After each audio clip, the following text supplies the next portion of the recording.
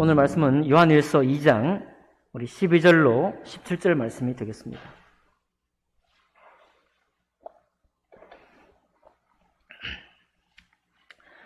신약성경 389쪽 가량에 있습니다. 2장 12절부터 17절까지 말씀을 교독으로 봉독하겠습니다. 자녀들아, 내가 너희에게 쓰는 것은 너희 죄가 그의 이름으로 말미암아 사함을 받았음이요.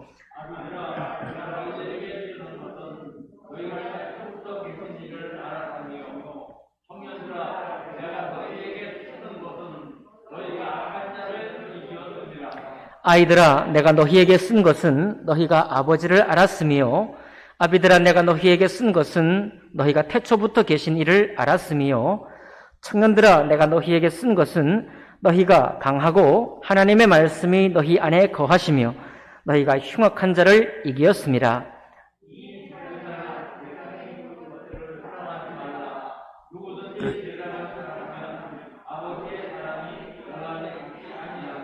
이는 세상에 있는 모든 것이 육신의 정욕과 안목의 정욕과 이생의 자랑이니 다 아버지께로부터 온 것이 아니요 세상으로부터 온 것이라.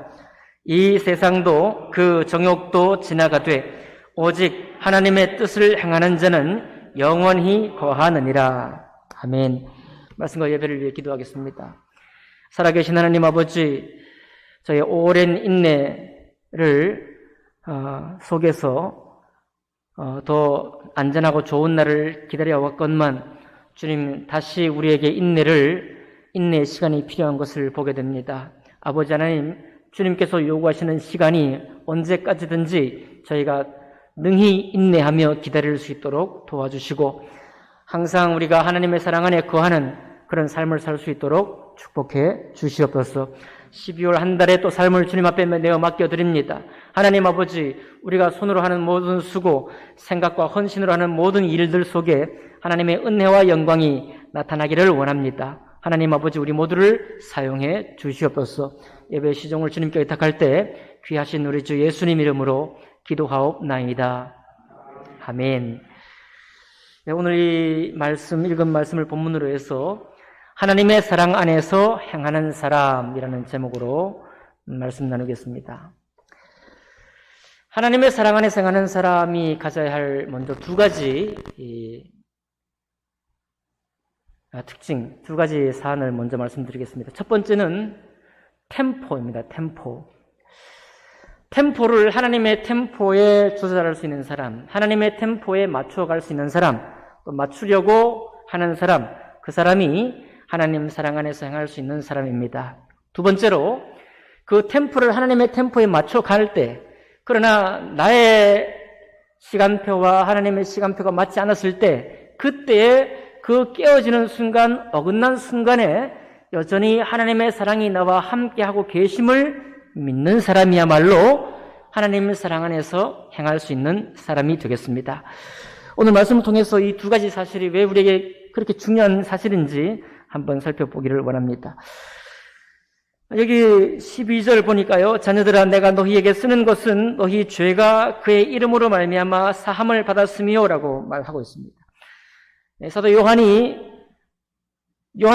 함께하고 있던 공동체에 권면할 때 참으로 그리스도인다운 삶을 사는 사람에게 어떤 것이 필요한가? 그것은 우리 죄가 예수 이름으로 말미암아 사함을 받았다는 그 믿음이 참으로 중요하다, 이렇게 말씀하고 있습니다. 우리가 어제도 실수하고 오늘도 큰 소리를 낼 수가 있습니다. 우리가 어떤 모습에 처해 있든지 간에 하나님의 앞에 고백하고 또 자백하며 나갈 때 주님께서 우리의 모든 죄를 사하시고 우리 마음을 깨끗하게 하신다는 사실을 믿을 필요가 있습니다.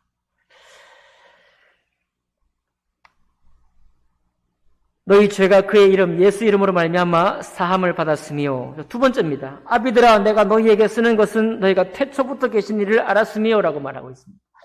신앙의 연조가 이제 깊어지는 사람에게, 또 참된 그리스도인으로 사는 사람에게 정말 필요한 것이 뭐냐? 태초부터 계신 아버지 하나님을 아는 것이 중요하다는 겁니다.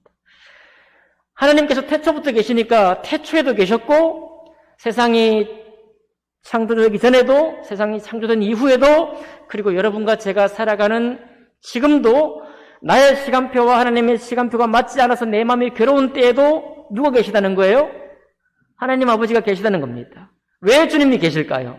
그분은 사랑이시니 나를 사랑하시는 그 사랑으로 지금도 계시다는 사실을 우리가 믿는 것이 중요하다는 것입니다. 이거 믿지 못해서 엉뚱한 일을 하고, 이거 믿지 못해서 다른 일을 계획하고, 이거 믿지 못해서 다른 수단을 사용하게 될 때 우리가 당분간 괴로움을 겪게 된다, 이렇게 말하고 있고요. 세 번째로 보니까 청년들아 내가 너희에게 쓰는 것은 너희가 악한 자를 이기었습니다 라고 말하고 있습니다. 하나님께서 우리가 잘못하고 우리가 범죄하게 되었을 때 예수 이름으로, 예수의 보혈로 우리를 깨끗하게 했다는 사실을 믿는 믿음을 자꾸만 고소하고 우리를 고발하고 우리를 불의 가운데 세상에 섞여 살게 만드는 이가 누구냐면 악한 자죠. 마귀와 사단이 우리를 자꾸만 꼬이고 유혹합니다. 그런데 우리 믿는 사람에게 선포해야 하고 단언해야 될 게 뭐냐면 너희는 이미 우리의 믿음으로 이미 그 악한 자를 이겼다는 사실, 그것을 믿는 것입니다. 그럴 때 무엇이 다시 돼요? 너희 죄가 예수 이름으로 말미암아 사함받았다는 사실을 믿게 되고 그 깨끗한 마음으로 다시 주님의 말씀 앞에 당당히 설 수 있게 된다라고 말씀하고 있습니다. 이거 잘 못하고 성경에 실패한 사람들이 많이 있죠. 주님은 실패했다는 사실 그 자체를 가지고 책망하려고 하진 않습니다. 예를 들면 엘리야는 자기 혼자 850명의 거짓 선지자들과 싸웠죠. 갈멜산의 혁혁한 승리의 선지자가 되었고, 오직 그가 하나님의 이름을 불렀을 때 하나님의 기적을 통해서 850명이 믿고 있던 신이 아무런 응답도 하지 못하는 거짓 신이라는 사실을 밝히 드러냈습니다. 그러나 2세대의 엘리야를 향해서 마음에 두고 주목해서 죽이고자 할 때 엘리야가 도망하면서 하는 얘기가 하나님 나를 죽여달라고 하면서 뭐라고 고백했을까요? 하나님 나만 남았습니다 라고 얘기했습니다. 그렇죠? 주님 앞에 신실한 사람은 나만 남았습니다 라고 고백했을 때 주님께서 하신 응답이 무엇이었죠? 내가 알지 못하는 7천의 사람을 바알에게 무릎 꿇지 않은 7천의 사람을 내가 남겨놓았다, 숨겨놓았다라고 말했죠.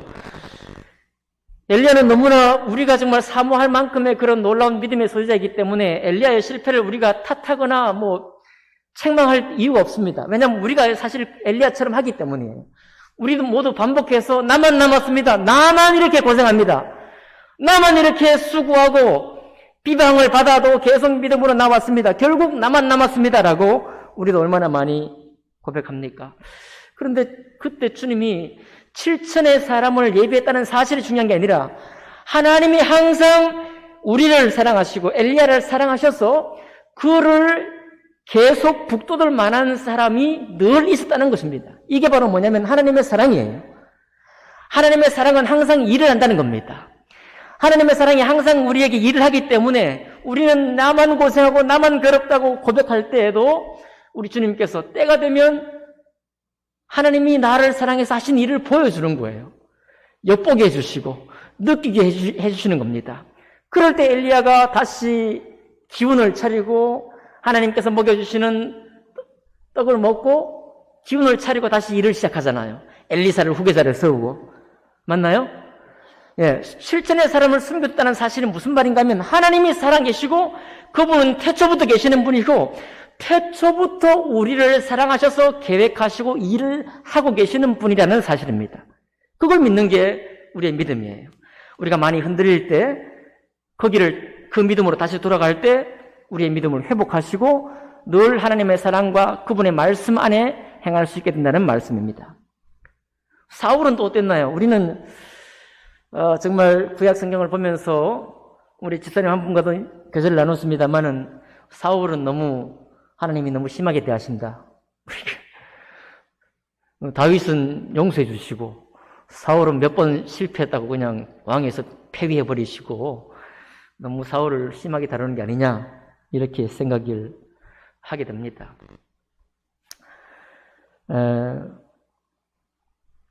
그러나 여러분, 하나님은 사울을 통해서 우리에게 정말 교훈하기 원하시는 게 있습니다.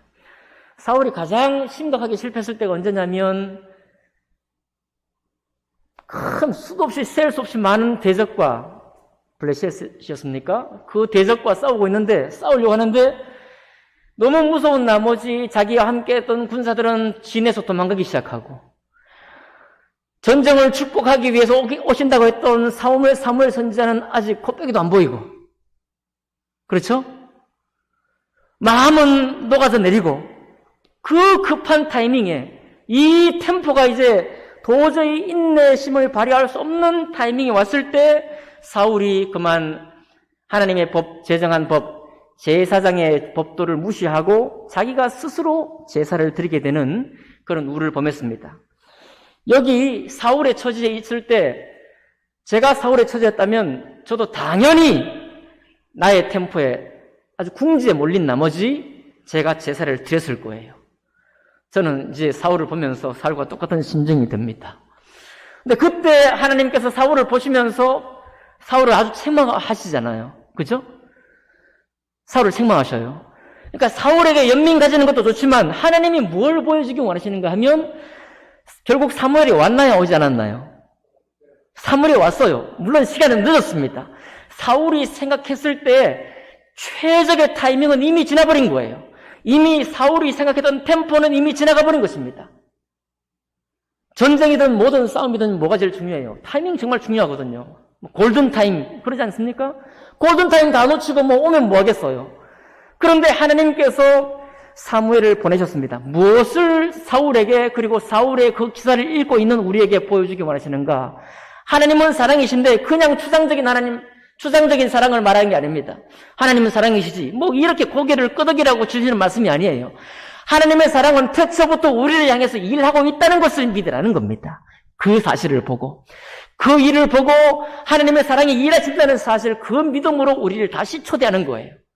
언제? 나의 템포와 하나님의 템포가 깨어지고 도저히 믿을 수 없는 상황이 되어서 내 수단과 내 방법을 취하고자 할 때 그때 하나님의 사랑이 일하신다는 사실을 믿으라는 것입니다.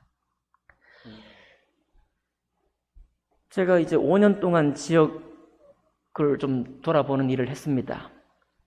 이제 내일 하나가 끝나고 또 16일에 또 하나가 2개가 다 이제 끝나요.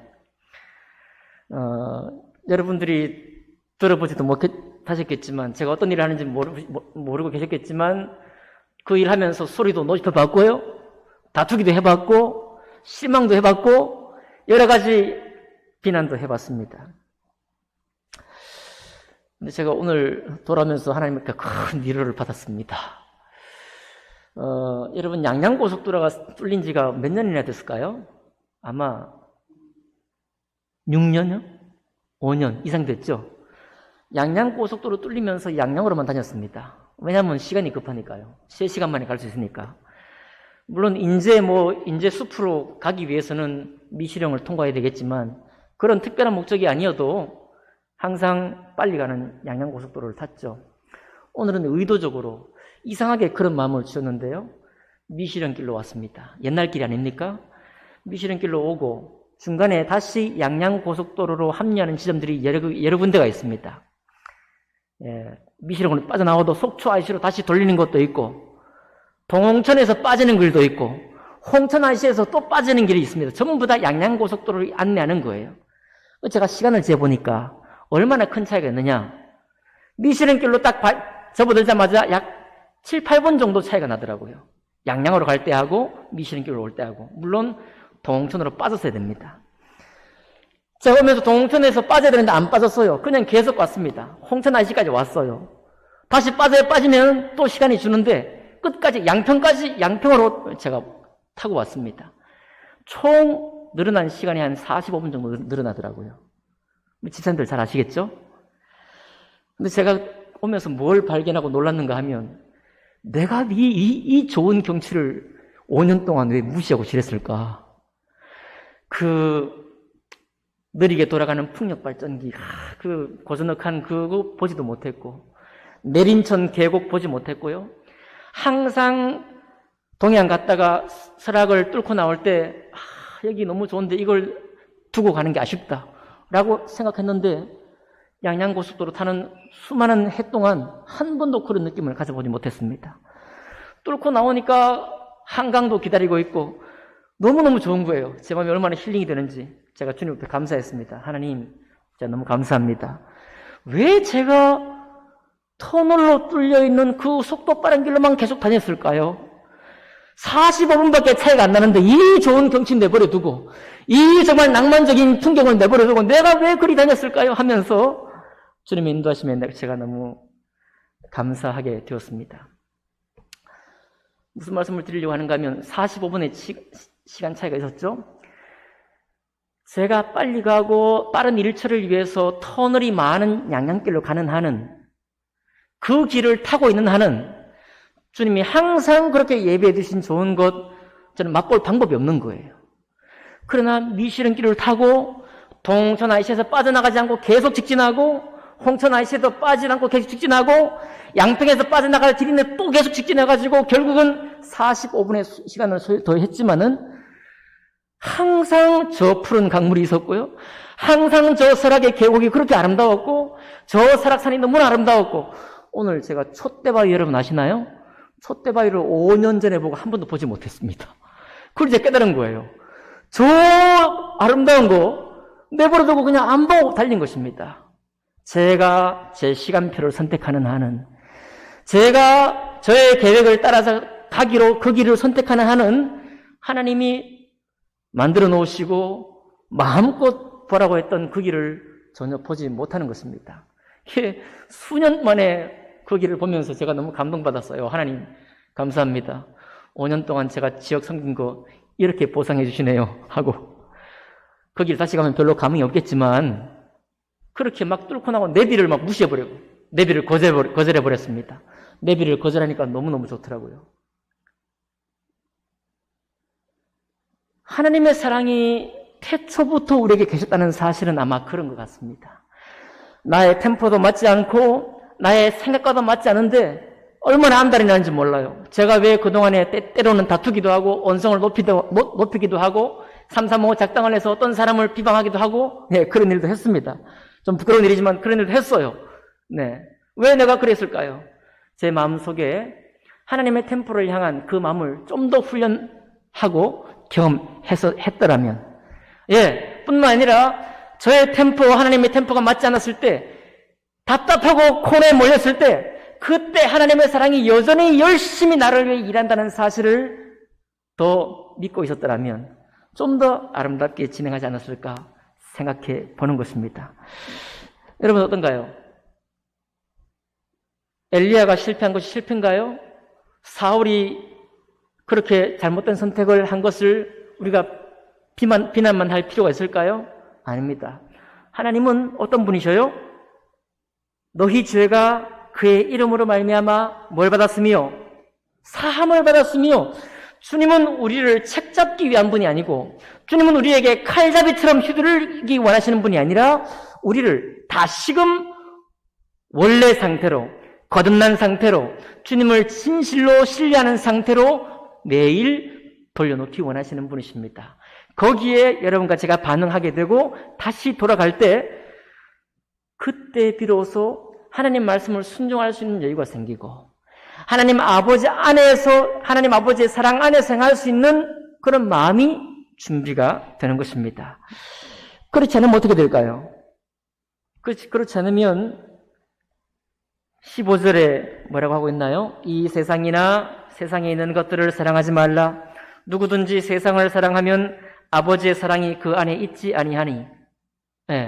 세상을 사랑하면 나의 템포, 나의 판단, 나의 생각을 너무 사랑한 나머지 나를 선택하고 하나님 사랑이 어딨냐고 묻게 되고 왜 나만 이렇게 고생하냐고 묻게 될 때 아버지의 사랑이 내 마음에 늘 있는 사랑이 느끼지 못하는 사랑이 되고 만다는 것입니다. 그럴 때 우리가 어떤 선택을 한다고요? 16절 보니까 세상에 있는 모든 것이 뭐예요? 육신의 정욕과 안목의 정욕과 이생의 자랑이니 이제부터는 내가 선택하고 말하고 하나님 말씀 앞에 나아가는 것이 아버지께로 오는 사랑 안에서 해야 되는 것인데, 육신의 정욕과 안목의 정욕과 이생의 자랑에 시작하게 되면 아버지의 사랑 안에서 시작할 수가 없게 되는 거예요. 사랑은 늘 있지만 사랑받지 못하는 심령으로 일을 하게 됩니다. 이렇게 했던 가장 대표적인 사람이 창세기에 나와 있죠. 인류의 최초의 시작이었던 아담과 하와가 창세기 3장 6절에 생명나무를 바라보면서 품었던 생각, 그것이 여러분과 제 신앙생활 전체 동안 우리에게 반복적으로 일하는 그런 모습입니다. 생명나무는 좋은 것이잖아요. 하나님께서 생명, 영생을 우리에게 주기 원하시잖아요. 태초부터 계신 하나님은 번역하면 영원한 생명이시라 그 말입니다. 영원히 계셔요. 영원히 다스리시고 영원한 사랑으로 일하시는 분이시다 그런 말입니다. 영원한 사랑이 말씀하셨습니다. 생명나무, 동산 중앙에 있는 생명나무는 먹지 말라 말했죠. 아버지 사랑 안에 그 믿음 안에 있었다고 한다면 여러분과 저는 따먹지 않았을 겁니다. 그죠? 그러나 우리에게 생명을 주었어야 할 그 생명나무를 아담과 하와가 봤을 때 어떤 마음이 먼저 들었을까요? 보암직하고 먹음직하고 지혜롭게 할 만큼 탐스러웠던 것을 저들이 보았습니다. 아버지 사랑을 그렇게 신뢰하기가 쉽지 않다 이 말이죠. 하나님 아버지께서 이미 내가 이렇게 보암직하고 먹음직하고 지혜롭게 할 만큼 탐스러워서 이거를 먹으면 내가 미래가 열린 거라고 하는 이 강한 확신, 그 강한 확신에 내가 사로잡혔을 때 아버지의 사랑을 기억할 수가 없게 되는 것입니다. 그러니 아버지께로 나는 행동이 아니라 나에게서 난 행동이죠. 세상의 정욕이고 육신의 정욕과 안목의 정욕과 이생의 자랑, 그 자랑으로 저들이 행했습니다. 어떻게 됐나요? 쫓겨났죠? 하나님과 함께 동산에서 거닐면서 교제하던 땅에서 저들이 쫓겨나게 되는 것입니다. 요즘 워낙 TV에 게임, 각종 여러 가지 게임 이런 게 많이 나오고 또 예능이 많이 있으니까요. 그 가운데 우리의 템포에 관한 훈련, 그리고 나의 템포와 하나님의 템포가 맞지 않았을 때 그때 우리가 어떻게 행할 것인가를 보여주는 하나의 게임이 있는데, 그게 뭐냐면 시간을 1분을 주는 겁니다. 눈을 감고요. 1분을 주고 1분 근처까지 가장 근접해서 스톱을 알리면 뭐 물이 떨어지거나 물이 안 떨어지거나 뭐 그렇게 하는 게임 혹시 본 적 있으신가요? 한참을 세고 자연스럽게 세가는데 어떤 사람은 근처도 아니에요. 30초 좀밖에 안 되는데 손을 들고, 뭐 거리가 너무 먼 거죠. 가장 아무리 잘 맞춰도 우리가 1분이라는 시간을 주었을 때 1분 근처까지 가는 사람은 거의 드물더라고요. 저도, 여러분도 그렇겠죠? 저도 1초 째깍 세어보지만 맞지가 않아요. 대부분 맞지 않더라고요. 여러분과 제가 일상생활 속에서 이렇게 신앙생활 하면서 우리가 때때로 하나님 말씀 밖에 넘어가게 되고 나의 생각에 확신에 집착이 되고 내가 선택한 선택을 하게 될 때가 많이 있는데 그때 우리 주님은 이 말씀을 다시 우리에게 보여주기 원하십니다. 나의 템포를 따라갈 수 있고 그렇게 실패를 분명히 맛보게 될 것입니다. 그때 17절에 주님이 이렇게 말씀하셔요. 이 세상도 그 정욕도 뭐하되? 지나가요. 지나가되 오직 무엇이? 하나님의 뜻을 행하는 자는 영원히 거하느니라. 우리의 삶을 돌아봅니다. 나의 템포에 급해서 선택을 하게 되는 사람은 하나님의 뜻을 따라 행할 수 있는 길이 열리지 않습니다. 대부분이 그래요. 예배하고 나의 삶은 따라 놀기 시작합니다. 하나님 말씀과 내가 정말 중요하게 생각하는 행동의 지침이 분리되기 시작해요. 예배는 형식이 되고 예배는 종교가 되고 더 이상 주님의 말씀을 내가 받는 것을 힘겨워하게 됩니다. 그런데 분명히 말씀을 하고 있죠. 우리 주님께서 태초부터 계심을 너희가 알았다. 너희가 강하고 너희가 흉악한 자를 이겼다. 예수 이름으로 말미암아 사함을 받았다 하는 이 모든 일들이 우리에게 하나님의 템포를 기억나게 하십니다. 우리의 실패를 떠올리게 만들어요. 우리가 넘어졌던 그 순간을 다시 기억나게 만들어줍니다. 아, 내가 그때 하나님의 사랑의 약속을 내가 잊었다. 내가 내 판단을 최고로 세웠고 나에게 동조하는 사람, 내 뜻과 같은 사람을 끌어모으기를 원했구나. 그런 생각을 하게 되는 것입니다. 그러나 분명한 사실은 그렇게 선택한 것은 다 지나가고 마는 것입니다. 시커먼 터널 속으로 빨리 달려가고자 하지만 빠른 것은 없지만 그 밖에 주님이 베풀어 주신 모든 것도 보지도 못하고 누리지도 못하고 살아왔던 저의 시간들만큼이나 하나님의 사랑을 누리지 못하고 살게 되는 것입니다. 여러분, 주님께서 우리에게 너무 힘겨워서 순종하지 못할 그런 말씀을 우리에게 주고 있는 것이 아닙니다. 찬양 가운데 이런 찬양이 있죠? 이 눈에 보기에는 어떠하든지, 이 눈에 보기에는 어떠하든지 믿음만을 가지고서 늘 걸으며, 맞나요? 예, 우리가 자주 속습니다. 여러분의 빠른 판단을 믿으시나요? 예, 저도 판단하는 걸로 치면 저도 빠릅니다. 여러분도 빠르시죠? 너무 놀랍게 빨라요. 여러분의 민첩한 판단을 갈고 닦으십시오. 그러나 하나님의 템포는 하나님 아버지께서 나를 위해 사랑하고 계신다는 나의 실패에도 불구하고 내 기도 응답이 깨어졌는데도 불구하고 이렇게나 더디 응답되는 사실, 언제 나에게 응답 주실 겁니까? 라고 반문할 때 그때조차도 주님의 사랑이 나를 위해서 일하고 있다는 사실을 믿어야 합니다. 믿음의 연단을 통해서 이것을 여러분과 제가 가져야 되겠습니다. 그럴 때 오는 유익이 뭐냐면 영원히 있는 하나님 사랑 안에서 행할 수 있게 되는 것입니다.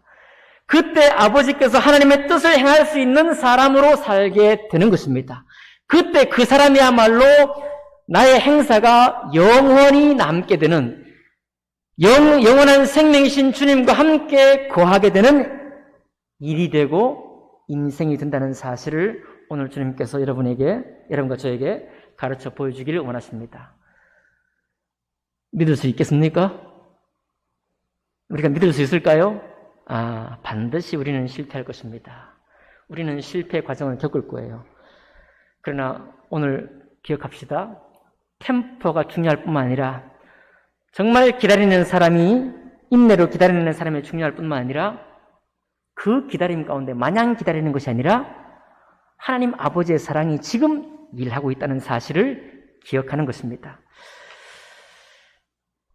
저는 오늘 단 하루 만에 5년 동안의 섬김에 대한 위로를 받았습니다. 나중에 여러분도 그런 위로를 받아보시기 바랍니다. 구약 성경에 보면 하나님은 단 한나절 동안, 단 하루 만에 고생했던 모든 것들을 다 갚으시는 역사를 베푸십니다. 이스라엘 백성이 이집트에서 몇백 년간 고생했죠? 그죠?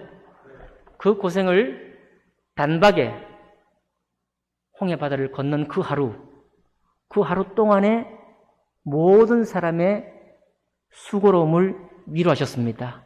믿으십니까? 여러분도 이미 그런 경험하셨죠? 나의 모든 수고가 언제 보상받을 것이냐, 이거.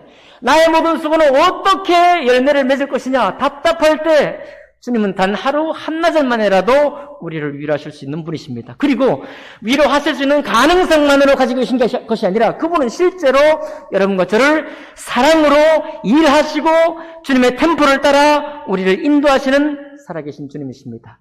태초부터 계신 주님이십니다. 그 주님을 믿는 믿음 안에서 우리 마음 안에 평안을 얻기 원합니다. 그리고 내일 우리가 할 일은 하나님의 사랑 안에 또 주님 말씀 안에 주님의 뜻을 행하는 그런 마음으로 살아가는 신앙입니다. 여러분과 제가 그런 신앙으로 다시 회복할 수 있기를 바랍니다. 우리가 육신으로는 아담의 후예지만 영으로는 그리스도의 후예 아닙니까? 아멘 합시다. 우리는 그리스도의 후예예요. 주님께서 여러분과 저를 영원히 있는 지나가고 마는 생을 위해서가 아니라 영원히 있는 삶을 위해서 살게 하시기 위해서 이 두 가지 템포와 깨어진 템포의 시간에 마냥 기다리는 것이 아니라 아버지의 사랑으로 일하신다는 사실을 믿고 나아갈 때 말씀을 순종할 수 있는 힘이 생기고 또 주님의 항상 베푸신 것을 바라볼 수 있는 눈이 열린다는 사실을 기억하면서 남아있는 12월 한 달 그리고 다가오는 2022년을 준비해 가시는 여러분과 제가 되기를 주님 이름으로 축복합니다. 기도하겠습니다.